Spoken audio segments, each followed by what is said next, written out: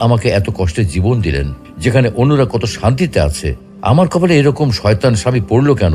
আমার কপালে এরকম জল্লাদ বউ পড়লো কেন?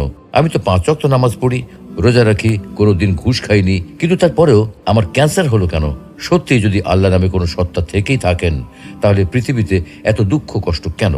আসলে পৃথিবীতে কোনো সমস্যা থাকার মানে এই নয় যে কোনো পরম করুণাময় সৃষ্টিকর্তা নেই, বরং এটাই প্রমাণ হয় যে আপনি আমি সৃষ্টিকর্তা সম্পর্কে নিজে নিজে কিছু একটা ধারণা করে বসে আছি, যা মোটেও সঠিক নয়। বিশ্বের 40% মানুষের ইন্টারনেট ব্যবহার করার সামর্থ্য নেই। 10 থেকে 15% মানুষ ইন্টারনেট জিনিসটা চেনেই না। আপনি ইন্টারনেট ব্যবহার করেন তো? আপনি যখন এই ভিডিওটা দেখছেন, তখন বিশ্বের প্রতি 7 জনের মধ্যে অন্তত 1 জন মানুষ অভুক্ত বা না খেয়ে আছে। আপনি খেয়েছেন তো? বাংলাদেশে প্রতি মিনিটে অন্তত 1 জন মানুষ মারা যায়। আপনি যতক্ষণ ধরে এই ভিডিওটা দেখছেন, ততক্ষণে অন্তত 3 জন মানুষ মারা গেছে। আপনি এখনো বেঁচে আছেন। এভাবে আল্লাহ তাআলা বিভিন্নভাবে, নানা উপায়, বিভিন্ন ক্ষেত্রে আমাদেরকে নিয়ামত দান করেন। ইরশাদ হচ্ছে, وَلَقَدْ صَرَّفْنَاهُ بَيْنَهُمْ لِيَذَّكَّرُوا فَأَبَى أَكْثَرُ النَّاسِ إِلَّا كُفُورًا। আমি তাদের মধ্যে বিভিন্নভাবে নিয়ামত বিতরণ করি যেন তারা স্মরণ করে, কিন্তু অধিকাংশ লোক অকৃতজ্ঞতা প্রকাশ করা ছাড়া কিছুই করে না। আমরা যদি আল্লাহর নিয়ামত গুনতে থাকি, তাহলে কখনো তা গুণে শেষ করতে পারবো না। কিন্তু অধিকাংশ সময় আমরা এত বিপুল নিয়ামত পাওয়ার পরেও শুকরিয়া আদায় না করে উল্টো অকৃতজ্ঞতা প্রকাশ করি। বরং মহান আল্লাহ রাব্বুল আলামিন মানুষকে সবচেয়ে বেশি ভালোবেসে তার নিয়ামতের ভান্ডার মানুষের জন্য উন্মুক্ত করে দিয়েছেন। যেমন তিনি বলেন, أَلَمْ تَرَوْا أَنَّ اللَّهَ سَخَّرَ لَكُم مَّا فِي السَّمَاوَاتِ وَمَا فِي الْأَرْضِ وَأَسْبَغَ عَلَيْكُمْ نِعَمَهُ ظَاهِرَةً وَبَاطِنَةً। তোমরা কি দেখো না, আল্লাহ নভমণ্ডল ও ভূমণ্ডলে যা কিছু আছে সবই তোমাদের কাজে নিয়োজিত করে দিয়েছেন এবং তোমাদের প্রতি তার প্রকাশ্য ও অপ্রকাশ্য নিয়ামত সমূহ পরিপূর্ণ করে দিয়েছেন। তাহলে প্রশ্ন আসে যে মহান আল্লাহ রাব্বুল আলামিন যদি মানব জাতিকে এত নিয়ামতি দিয়ে থাকেন, এত অনুগ্রহই করে থাকেন, তাহলে তিনি কেন মানুষকে বিপদ আপদে ফেলেন? মানুষকে কেন তিনি কষ্ট দেন? আর মানুষকে কষ্ট দিয়ে তার লাভটা কি? তাই আল্লাহ তাআলা নিজেই এই প্রশ্নের উত্তর দিয়েছেন। মানুষকে তিনি কেন কষ্ট দেন? এত অসীম রহমতের অধিকারী হওয়া সত্ত্বেও কেন তিনি মানুষকে বিপদ আপদ দেন? তার উত্তরে পবিত্র কোরআনুল কারিমে স্বয়ং আল্লাহ রাব্বুল আলামিন নিজেই বলেছেন, وَلَنَبْلُوَنَّكُمْ بِشَيْءٍ مِّنَ الْخَوْفِ وَالْجُوعِ وَنَقْصٍ مِّنَ الْأَمْوَالِ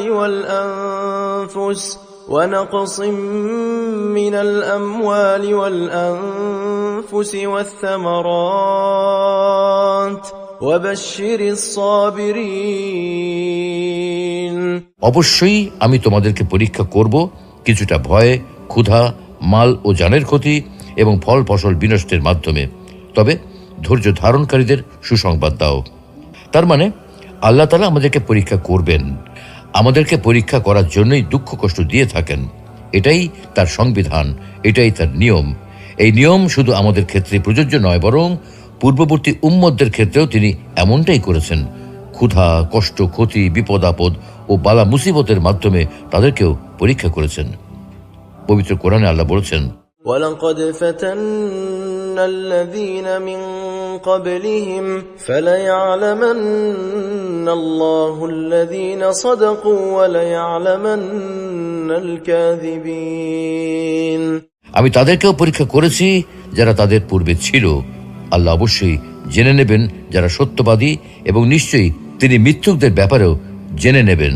প্রিয় দর্শক, এতক্ষণের আলোচনা থেকে আল কোরআনের ভাষায় বলা যায়, নিশ্চয়ই আল্লাহ তাআলা আমাদের ঈমান পরীক্ষা করার জন্যই বিভিন্ন সময় আমাদেরকে বিপদ আপদ দিয়ে থাকেন।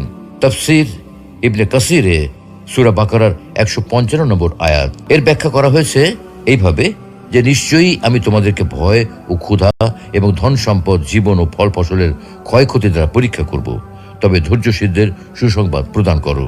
অর্থাৎ এই আয়াতের মাধ্যমে আল্লাহ তাআলা ঘোষণা করেছেন যে তিনি অবশ্যই বিপদ আপদের মাধ্যমে নিজ বান্দাদের পরীক্ষা করেন। তবে যখন মুমিনগণ ধৈর্য ধারণ করার মাধ্যমে এই পরীক্ষায় উত্তীর্ণ হয়, তখন তারা প্রতিদান পেয়ে থাকেন। যেমন অন্য আরেক আয়াতে আল্লাহ বলছেন, وَلَنَبْلُوَنَّكُمْ حَتَّى نَعْلَمَ الْمُجَاهِدِينَ مِنكُمْ وَالصَّابِرِينَ وَنَبْلُوَ أَخْبَارَكُمْ। আমি অবশ্যই তোমাদেরকে পরীক্ষা করব যতক্ষণ না আমি জেনে নেই যে তোমাদের মধ্যে কে জিহাদকারী ও ধৈর্যশীল, এবং আমি তোমাদের কার্যাবলী পরীক্ষা করি। আল্লাহ তাআলা মানুষকে কখনো পরীক্ষা করেন উন্নতি ও মঙ্গলের দ্বারা, আবার কখনো পরীক্ষা করেন অবনতি, অমঙ্গল, ভয় ও ক্ষুধা তথা অভাব দ্বারা। অর্থাৎ সামান্য ভয় ভীতি, কিছু ক্ষুধা, কিছু ধনমালের ঘাটতি, কিছু প্রাণের হ্রাস, অর্থাৎ নিজের ও অপরের, আত্মীয় স্বজনের এবং বন্ধু বান্ধবের মৃত্যু, কখনো মাঠে ফলানো উৎপাদিত ফসল, কখনো কলকারখানায় উৎপাদিত প্রোডাক্টের ক্ষতি, এইসব দ্বারা আল্লাহ তাআলা বান্দাদেরকে পরীক্ষা করেন। কিন্তু যারা এতে ধৈর্য ধারণ করেন তাদেরকে তিনি উত্তম প্রতিদান দান করেন। আর অসহিষ্ণু, অধৈর্য, তাড়াহুড়াকারী এবং নৈরাশ্যবাদীদের উপর শাস্তি অবতীর্ণ করেন। আর এজন্যই তিনি বলেন, আর ধৈর্যশীলদের সুসংবাদ প্রদান করো। কোন কোন মুফাসসির বলেন, এই আয়াতে ভয় দ্বারা মহান আল্লাহর ভয় এবং ক্ষুধা দ্বারা সাওম উদ্দেশ্য, আর কিছু ধন সম্পদের ঘাটতি দ্বারা যাকাত উদ্দেশ্য, কিছু প্রাণের হ্রাস দ্বারা রোগ ও দুর্ঘটনা মৃত্যু উদ্দেশ্য, এবং ফল ফসলের ক্ষয়ক্ষতি দ্বারা সন্তান সন্ততির ক্ষতির উদ্দেশ্য। এইসব উক্তির বিষয়ে আমাদের হয়তো আরও গবেষণা করা প্রয়োজন। কিন্তু একটা বিষয় খুবই পরিষ্কার, পরীক্ষা করা ব্যতীত এবং পরীক্ষা পাশ হওয়া ব্যতীত আল্লাহ তাআলা সাধারণত কাউকে কোনো পুরস্কার দান করেন না। বিপদ আপদে আল্লাহর উপর নির্ভরশীলতার উপকারিতা। সুপ্রিয় দর্শক, উপরের আয়াতের ব্যাখ্যা বিশ্লেষণে আমরা দেখেছি যে আল্লাহ তাআলা ধৈর্যশীলদের পুরস্কার দান করেন। এখন কথা হলো, ধৈর্যশীল কারা? ধৈর্যশীলদের পরিচয় বর্ণনা করে আল্লাহ নিজে ঘোষণা দিচ্ছেন যে এই সব লোক তারাই যারা সংকট, সংকীর্ণতা ও বিপদ আপদের সময় ইন্না লিল্লাহ পড়ে এবং একথার দ্বারা নিজেদের মনকে সান্ত্বনা দেয় যে সেটা করার অধিকার আল্লাহর আছে। তখন বান্দার এই উক্তি ও মনোভাবের কারণে তার উপর আল্লাহর রহমত, দয়া ও অনুগ্রহ অবতীর্ণ হয়। সে শাস্তি হতে মুক্তি লাভ করে এবং সুপথ প্রাপ্ত হয়। আমিরুল মুমিনিন ওমর ইবনে খাত্তাব রাদিয়াল্লাহু তাআলা আনহু বলেন, সম্মান অর্জনের জন্য দুটি জিনিসের প্রয়োজন, একটি হলো সালাত আর একটি হলো রহমত। কিন্তু এই দুটির একটি মধ্যবর্তী জিনিস রয়েছে, আর সেটা হলো হিদায়াত। এগুলি ধৈর্যশীলরা লাভ করে থাকেন। হাদিসের বিখ্যাত গ্রন্থ মুসনাদ আহমদে রয়েছে, উম্মু সালামা রাদিয়াল্লাহু তাআলা আনহা বলেন, একবার আমার স্বামী আবু সালামা রাদিয়াল্লাহু তাআলা আনহু রাসূলুল্লাহ সাল্লাল্লাহু আলাইহি ওয়াসাল্লামের কাছ থেকে ফিরে আমার নিকট আসেন এবং অত্যন্ত খুশি মনে বলেন, আজ আমি এমন একটা হাদিস শুনেছি যা শুনে আমি খুবই খুশি হয়েছি। যখন কোনো মুসলিমের উপর কোনো কষ্ট ও বিপদ পৌঁছে এবং সে ইন্না লিল্লাহ পড়ে ও এই দোয়া পাঠ করে, তখন আল্লাহ তাকে অবশ্যই বিনিময় ও প্রতিদান দিয়ে থাকেন। اللهم آجرني في مصيبتي واخلف لي خيرا منها। হে আল্লাহ, আমাকে মুসিবতের সময় ধৈর্য ধরার শক্তি দান করুন এবং এর পরিবর্তে উত্তম প্রতিদান দান করুন। উম্মু সালামা রাদিয়াল্লাহু তাআলা আনহা বলেন, আমি এই দোয়াটি মুখস্থ করে নেই।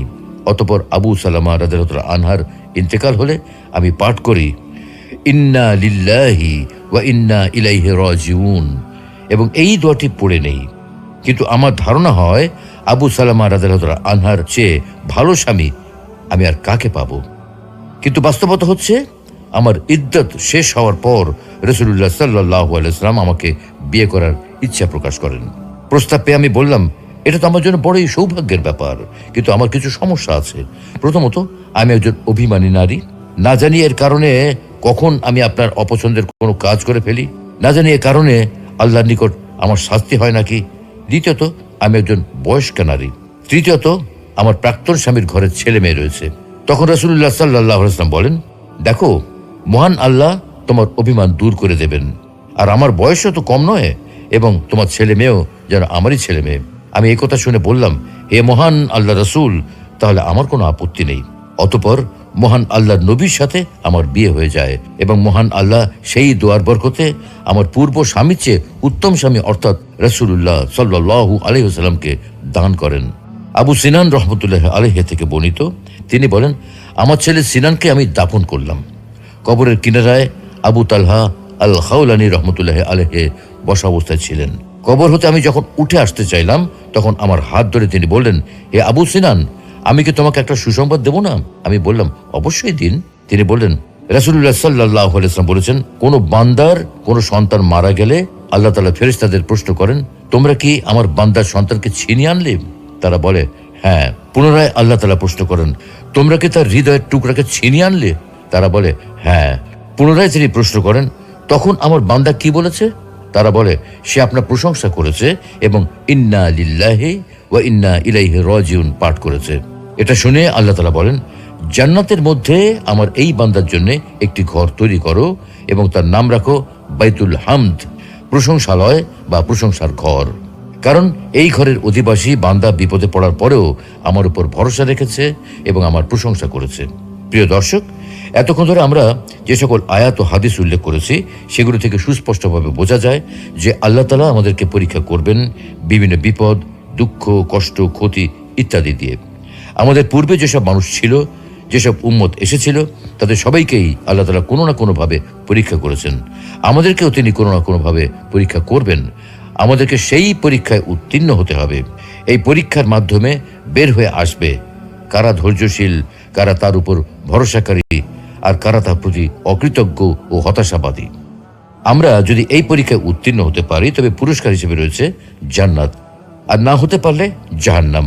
তাই আমাদেরকে ধৈর্যশীল হতে হবে, কারণ আল্লাহ আগেই আমাদেরকে জানিয়ে দিয়েছেন তিনি আমাদেরকে পরীক্ষা করবেন বিপদ আপদ, দুঃখ, কষ্ট ইত্যাদির মাধ্যমে। যেহেতু আমাদেরকে আগে পরীক্ষা করার কথা জানিয়ে দেওয়া হয়েছে, তাই আমাদেরকে সেই পরীক্ষাতে উত্তীর্ণ হতেই হবে। আপনি আল্লাহর নেওয়া এই পরীক্ষায় সফল না হতে পারলে শাস্তি হিসেবে রয়েছে জাহান্নাম। আপনি এই পরীক্ষায় উত্তীর্ণ না হয়ে যদি জাহান্নামে যান, তবে এই জাহান্নামে যাওয়ার জন্য আপনি নিজেই দায়ী থাকবেন। কোনোভাবেই আপনি আল্লাহকে দোষারোপ করতে পারবেন না, কারণ আল্লাহ আপনাকে কোরআনের মাধ্যমে আগেই জানিয়ে দিয়েছেন তিনি আপনাকে পরীক্ষা করবেনই। তাই সর্বদা ধৈর্যশীল থাকুন, তার উপর ভরসা করুন এবং আল্লাহর শুকরিয়া আদায় করুন। আল্লাহ রাব্বুল আলামিন আমাদের সকলকে বিপদ আপদে ধৈর্য ধারণ করার তৌফিক দান করুন, সকল দুঃখ কষ্টে ধৈর্য ধারণ করার তৌফিক দান করুন, আর্থিক অভাব অনটনের সময়ে ধৈর্য ধারণ করার তৌফিক দান করুন, রোগ শোকের সময় ধৈর্য ধারণ করার তৌফিক দান করুন, স্বজন প্রিয়জন হারানোর সময়ও ধৈর্য ধারণ করার তৌফিক দান করুন। আমিন।